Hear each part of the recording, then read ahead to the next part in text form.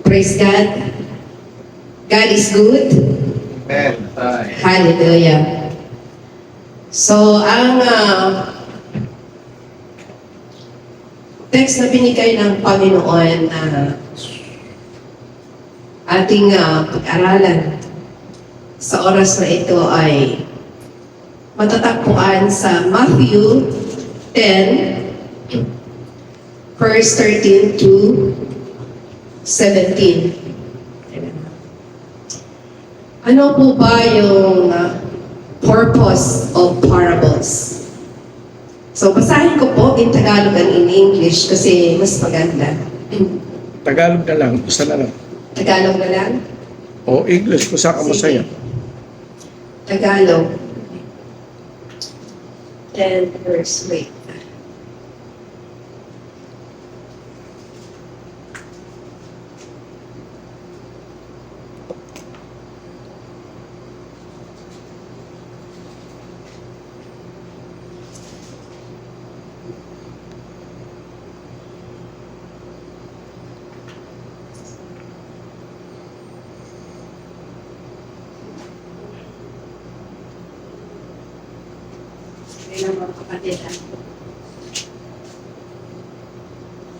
Ang layunin ng talinhaga. Sabi dito sa Matthew 13 verse 10 to 17. Lumapit ang mga alagad, excuse me, at sinabi nila sa kanya, bakit ka nagsasalita sa kanila sa pamamagitan ng mga talinhaga? Sumagot siya at sinabi sa kanila, sapagkat sa inyo ipinagkaloob ng malaman ang mga hiwaga ng kaharian ng langit, ngunit hindi ipinagkaloob sa kanila. Sapagkat sino mang mayroong ay lalong bibigyan at magkakaroon siya ng kasaganaan, ngunit ang sino mang wala, pati ang sa kanya ay kukunin. Dahil dito ay nagsasalita ako sa kanila sa pamamagitan ng mga talinhaga, sapagkat sa kanilang pagtingin ay hindi sila nakakakita at sa kanilang pakikinig ay hindi sila nakakarinig at hindi sila nakakaunawa. 14 po. Natutupad nga sa kanila ang propesya ni Isaiah na nagsasabi, sa pakikinig kayo'y makakarinig, ngunit kailanman hindi makakaunawa. At sa pagtingin, kayo'y titingin, ngunit kailanman hindi makakabatid. 15. Sapagkat naging manhid na ang puso ng bayang ito, at mahirap nang makarinig ang kanilang mga tainga, at ipinikit nila ang kanilang mga mata. Baka ang kanilang mga mata ay makakakita at makakarinig ang kanilang mga tinga at makakaunawa sa akin at sila'y aking pagalingin. Ngunit mapalad ang inyong mga mata, sapagkat ang mga ito ay nakakakita, at ang inyong mga tainga, sapagkat ang mga ito ay nakakarinig. Katotohanan sinasabi ko sa inyo, maraming propita at mga taong matuwid ang naghangad na makita ang kanilang mga nakikita, ngunit hindi nila nakita at marinig ang inyong narinig, ngunit hindi nila ito narinig. Taas muna natin sa panalangin ang kanyang salita. Hallelujah, Lord. Panginoon, salamat po sa oras na ito. Salamat po sa iyong mga salita. Patuloy, bigyan mo ito ng power, O God, na ito ay madinig ng bawat isa, O Lord God, at ng aking mga kapatid. At buksan mo ang kanilang spiritual eyes, ears, and heart, Panginoon, for your words, O God.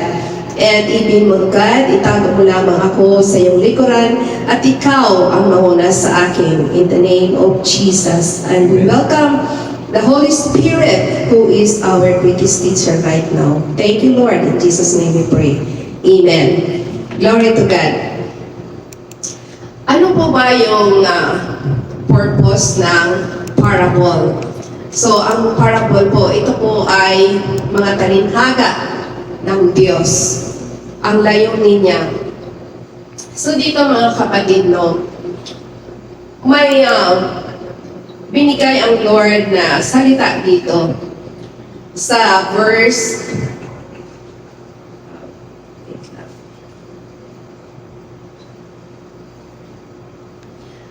16. Blessed are your eyes for the see and your ears for the hear. And the other one, hearing you will not hear, shall not understand.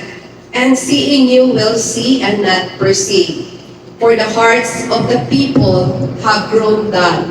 Their ears are hard of hearing, and their eyes they have closed, that they should see with their eyes and hear with their ears, lest they should understand with their hearts and turn so that I should heal them. Ibig sabihin po, ang mga parables na binigay ng Panginoon, sabi niya, hindi na directly na sinabi yung mga salita. Pinadaan niya sa mga parabulo. Kasi ang purpose ng Lord ay, sabi niya, may mga tao kasi na nakita lang nila ang katotohanan. Pero sila ay nagbulag-bulagan. Nadinig na nila ang katotohanan. Pero para mga binilang sila, hindi nila yon pinapansin. Kasi sarado ang kanilang mga puso sa katotohanan. Kumbaga po ay manhid. And right now, nangyayari yan mga kapatid. Marami ang mga tao na nakikita nila ang mga man of God, mga Christians, even sa paligid, kilala nila ang Panginoong Hesus. Amen? Kilala nila, pero bulag sila sa katotohanan. Maraming mga pastors ngayon, mga missionaries, they are, kumbaga, nag-share sila ng words of God. Pero, para yung mga tao, pag makita nila yung isang missionary o tayo na lumapit sa kanila, once we will start to share the Word of God, anong sabihin nila? Di na, nadinig na namin yan. Di na, nakita namin yan, yung mga sumasampad dyan na nagsasayaw-sayaw na para mga buwang. Nakita na namin yan. Parang sila ay, hindi na sila doon. Kumbaga, ano na sila sa kanilang sarili. Nilalayo na nila ang kanilang sarili. Lalong-lalo na, sabi ng Lord, sila po ay may mga tinga, pero hindi nila nadidinig ang katotohanan. Diba? Maraming tao ngayon na pag sinabi mo about sa gospel ni Lord, pag i-share mo si Lord Jesus sa kanilang buhay, luma na yan. Nadinig ko na yan. Pero, nadinig nga nila, pero mayroon ba silang acceptance? Hindi. Parang yung naranasan nyo na ba na once na mag-share kayo ng gospel, parang pinagdidirihan kayo. Parang kayo may, sabi nga may sakit na lumalayo sila agad. Bakit? I-share mo lang si Lord Jesus para sila ay makatanggap ng salvation. Linalayo na nila ang sarili nila. Parang takot na takot sila na mahawa. Dito mga kapatid, ang pinag-uusapan natin is not religion, but it's the relationship kay Lord. Kasi ang desire natin is madala sila sa Panginoon. Matanggap nila yung salvation. Pero ang tao na mismo ang umaayaw. Ayaw nila ang madinig about the truth. About kay Lord Jesus. Simba-simba lang yan, pera-pera lang yan. But, hindi. Dahil ang desire ng ating puso is madinig nila, marinig nila ang salita ng Panginoon, ma-open ang kanilang mata sa katotohanan, ma-open ang kanilang mga puso, ang kanilang mga isipan, ang kanilang mga tinga sa katotohanan na ang Diyos, only Jesus Christ can save us and He will give us eternal life. Amen? So, Ang sabi ng Panginoon, bakit hindi nila maintindihan? Kasi sarado ang puso nila. They don't want to accept the truth. Kaya hindi nila maintindihan ang salita ng Panginoon. Ang Panginoon, hindi nila maintindihan kapag tayo ay lumapit sa kanila. And sabi ng Panginoon, as He promised, blessed are your eyes for the seeing, and you hear for the hearing. For assuredly I say to you that many prophets and righteous men desired. Sabi na desired.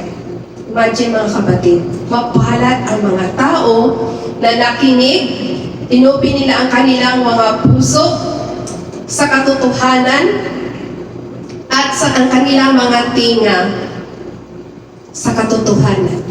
Amen. Mapalad ang tao na sumusunod sa kalooban ng Diyos at tumanggap sa Kanya as His Lord and personal Savior. Kaya mga kapatid, sabi nga kahit walang makinig sa atin, parang makita tayo ang layo-layo ng daan nila, go lang tayo. Basta para sa katotohanan, basta for the glory of God, go mga anak ng Diyos. Hindi tayo mag-surrender dahil lang sa nilalayuan tayo, hindi. Nilalapit natin, tayo'y gagamitin ng Panginoon upang lalo pa tayo mapalapit sa mga tao na wala pang tunay na relasyon sa Kanya. So, yan lang po. Glory to God. Amen.